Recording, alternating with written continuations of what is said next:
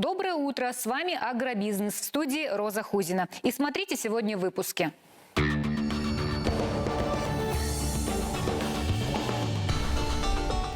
В Альшеевском районе на днях побывала рабочая группа во главе с Радием Хабировым. В центре внимания были социальные, промышленные и сельскохозяйственные предприятия района. Замерзшего лебедя в одном из районов республики выхаживают всем селом. Иглинский район готовится к конно-спортивным соревнованиям «Терра Башкирия».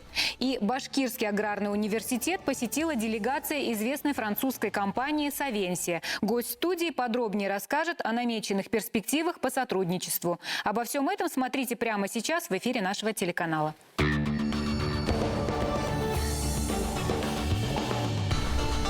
Глава республики на неделе посетил Альшеевский район. Одним из первых пунктов программы рабочей поездки Радия Хабирова стало учебное заведение по подготовке кадров для сельскохозяйственной отрасли. Подробности далее. Рабочая поездка главы Башкортостана по Альшеевскому району началась с посещения села Ким. Именно здесь находится одно из старейших учебных заведений республики – Аксеновский агропромышленный колледж. Радий Хабиров ознакомился с материально-технической базой учебного заведения, осмотрел учебные классы, лаборатории, сельскохозяйственную технику. Здесь ведется обучение по таким направлениям, как ветеринария, агрономия, сетифермерство, а главное – это единственный колледж, где обучают по специальности пчеловод. Исторически так повелось, что у нас одна из таких уникальных специальностей – это бренд Башкирии, это пчеловодство. Мы обучаем именно не только рабочей профессии, но именно специалистов данного направления, специальности пчеловодства. Для всей, не только для Республики Башкортостан, но и для всей России. На обучение по специальности пчеловодства у нас приезжают со всех уголков Башкирии, Оренбург, Татария. Даже есть обучающиеся из Бурятии. На закупку новейшего оборудования из федерального и регионального бюджетов было выделено 47 миллионов рублей. На эти средства было создано несколько мастерских, построена вертикальная ферма для ускорения роста растений. Директор колледжа рассказал о предстоящих планах: оснастить оборудованием второй этаж здания, купить 2 передвижные лаборатории по животноводству, а также построить учебно-производственный центр для будущих ветеринаров. Радий Хабиров заверил, что республика и дальше будет поддерживать учебное заведение. Большинство оборудования является уникальным для Башкирии. Является, значит, если даже оно есть, то в единичном экземпляре. У нас это все оборудование 3 рабочих места. Оснащение идет минимум по 3 рабочих места.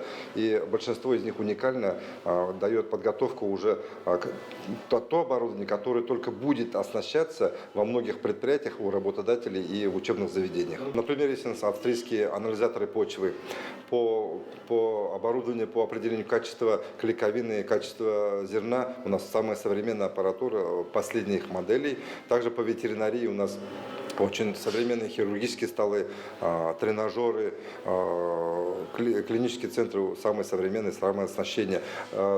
Самые первые в Башкирии и среди всех учебных заведений по утверждению патентообладателей у нас вертикальная ферма по типу Сингапура поставлена, круглогодичная ферма, которая дает рост развития растений в 3 раза больше развития происходит на данном ферме. Значит, вот вы можете увидеть, в учебных заведениях это точно в России первая ферма. В ходе рабочей поездки руководитель региона также пообщался с предпринимателями, которые занимаются производством продуктов питания. В апреле в райцентре запустят цех по переработке молока. Будут делать сливочное масло, сметану и творог. Объем производства составит 3 тонны в сутки. Летом прошлого года местный кооператив получил финансовую поддержку от государства – 10 миллионов рублей. Вы по линии нашей сельхоза там получаете, там все это грант получили дальше. Там на закупку оборудования, знаете, да, субсидирование у нас есть. Иглинский район готовится к конно-спортивным соревнованиям «Терра Башкирия». Главное условие – участие на лошадях башкирской породы. Для этого район закупил 12 чистокровных животных. В состязаниях, которые состоятся в апреле, будут участвовать ученики местной школы. Сейчас воспитанники конно-спортивного клуба 3 раза в неделю ходят на тренировки. А в Хайбулинском районе местный житель спас лебедя. Птица отбилась от стаи еще в ноябре. Емилий Синтаев нашел пернатого замерзшим возле деревни Бузавлык и принес его домой. Сейчас сельчанин уезжает, но лебедя он бросить не смог, а потому передал птицу своей соседке. Похоже, пернатому повезло, и за ним теперь ухаживают всем селом. Нашу республику на днях посетила делегация французской компании «Савенсия Фромыш энд Дейри». Цель визита – обсудить возможности для дальнейшего сотрудничества. Встреча состоялась в стенах Башкирского аграрного университета. И сегодня у нас в гостях декан факультета пищевых технологий БГАУ Игорь Газеев. Здравствуйте, Игорь Рамилевич. Здравствуйте, Роза Владимировна. Расскажите, о чем удалось договориться с французами? Может быть, конкретно какие-то планы намечены?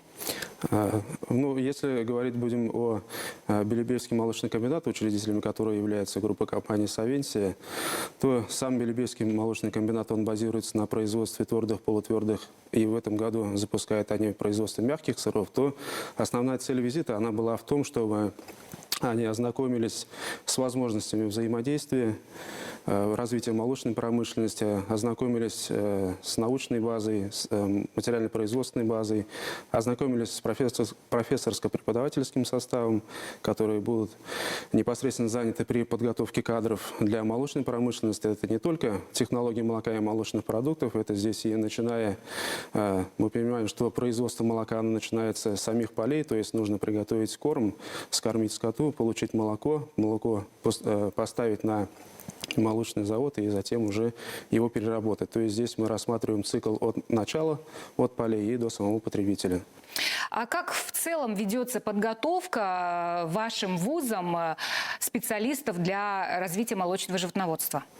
Но в целом в нашем университете ведется подготовка по 30 направлениям бакалавриата, 24 направлениям магистратуры. В частности, если говорить о непосредственно технологии молока молочных продуктов, о нашем факультете, который я непосредственно возглавляю, у нас готовят специалисты в рамках направления это технологии напитков, хлебобулочных, кондитерских изделий, технологии мясных молочных продуктов, организация общественного питания. Если рассматривать другие факультеты, здесь можно отметить это как специалисты в области агрономии, ветеринарии, зоотехнии, строительства, землеустройства, экономики, энергетики, механики и так далее. То есть здесь мы в рамках подготовки кадров, мы обязательно же, конечно, руководствуемся тем, что наши работодатели должны представить нам какие-либо свои потребности, то есть как мы должны готовить наши кадры, то есть уже с условием потребности производства мы должны переориентировать образовательные программы, подстроить их под производство, то есть когда студенты, окончившие учебное заведение, приходят на предприятие, и уже им не ново то оборудование, за которым они работают. И вот в рамках вот этого у нас довольно-таки современная материально-техническая база.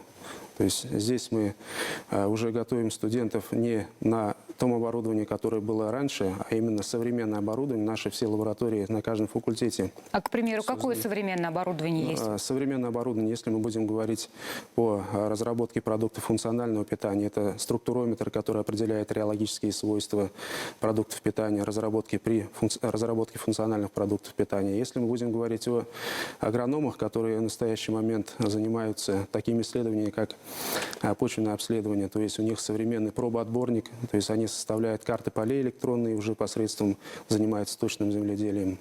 Ну и возвращаясь к начальной теме нашего разговора, Игорь Рамильевич, подскажите, возможно, не только студентов вузов, СУЗов вы сейчас готовите для развития, для работы в молочном животноводстве, но уже и действующих фермеров.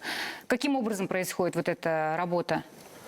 Если говорить, на нашем факультете есть такое подразделение, как школа сыроделов. Мы здесь занимаемся подготовкой фермеров, частных предпринимателей, любых желающих, кто желает, так скажем, познать профессию сыродела.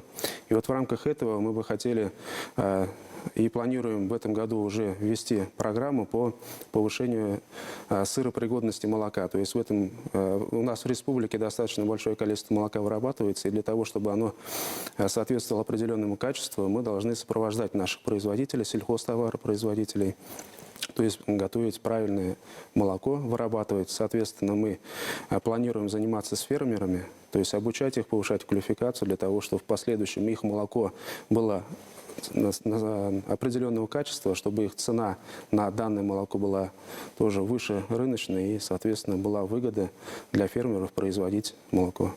Это какие-то определенные курсы будут обучающие? Это будут курсы по повышению сыропригодности молока в рамках вопроса молочного животноводства.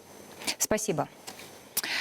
Хочу напомнить, сегодня у нас в гостях был декан факультета пищевых технологий БГАУ Игорь Газеев.